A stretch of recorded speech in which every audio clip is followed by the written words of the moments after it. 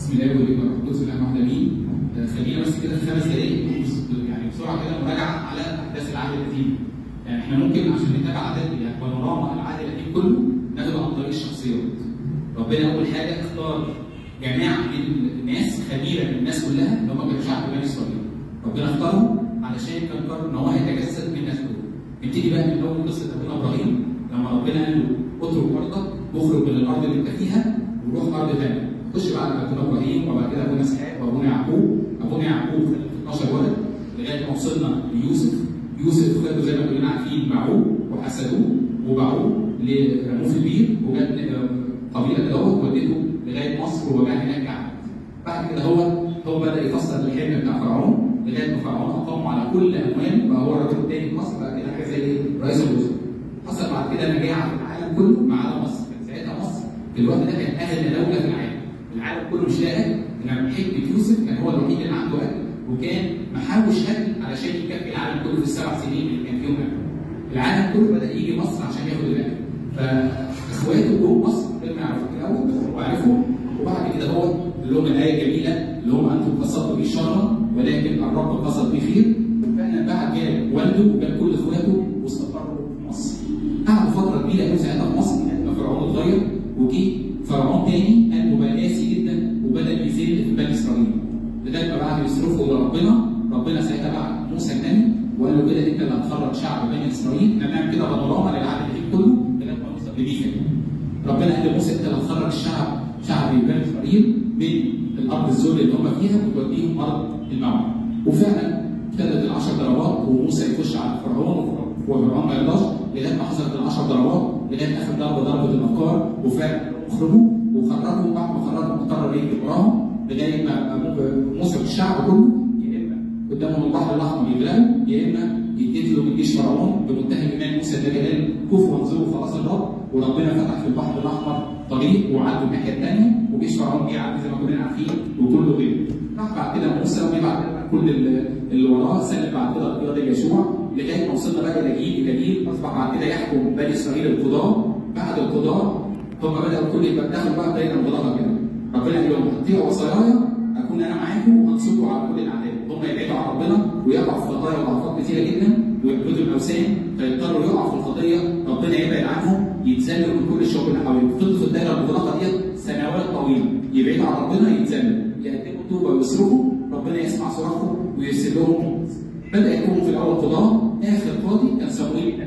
بعد كده هم طلبوا لا عايزين بقى زي الشعوب الثانيه مع ان ربنا كان هو اللي بيملك عليهم. قالوا لا مش عايزين كده عايزين انسان بشري يملك عليهم. اختاروا بالنظر كده قال مشاوي طويل وعريض عايزين هو اللي يملك عليهم. شاول كان في الاول كويس لغايه ما خدوا روح الرب لما قعد يغير من داوود وقرر يقتله. بعد شاول جه داوود وبعد داوود جه سليمان وبعد سليمان ابن سليمان بقى هنا بقى نقطه فارقه في تاريخ بني اسرائيل. جه واحد اسمه رحبعام ابن سليمان. رحبعام ده هو ما كانش عنده حكمه. الناس قالوا له بقى والدك كان شديد علينا يا ريت انت تبقى يعني هادي وحنين علينا. قال لهم لا ده انا لو كان هو بيقدمكم بالصيانه انا هقدمكم بالعالم. كل اللي مثلا بيبقى فاضل الاسباط من حواليه. وهنا حصل الانقسام التاريخي في شعب بني اسرائيل. 10 اسباط طلعوا للشمال وكونوا مملكتين فوق اسمها المملكه الشماليه فيها 10 اسباط. المملكه الشماليه فوق وعاصمتها السماء ونزل تحت السبطين بس وبقى اسمها المملكه الجنوبيه اللي هي مملكه يهوذا وعاصمتها اورشليم. بداوا برضه يضعفوا وبداوا يبعدوا عن ربنا. كل مملكه جالها حوالي 19 ملك. المملكه الشماليه كل الملوك بتاعتها كانت اشرار.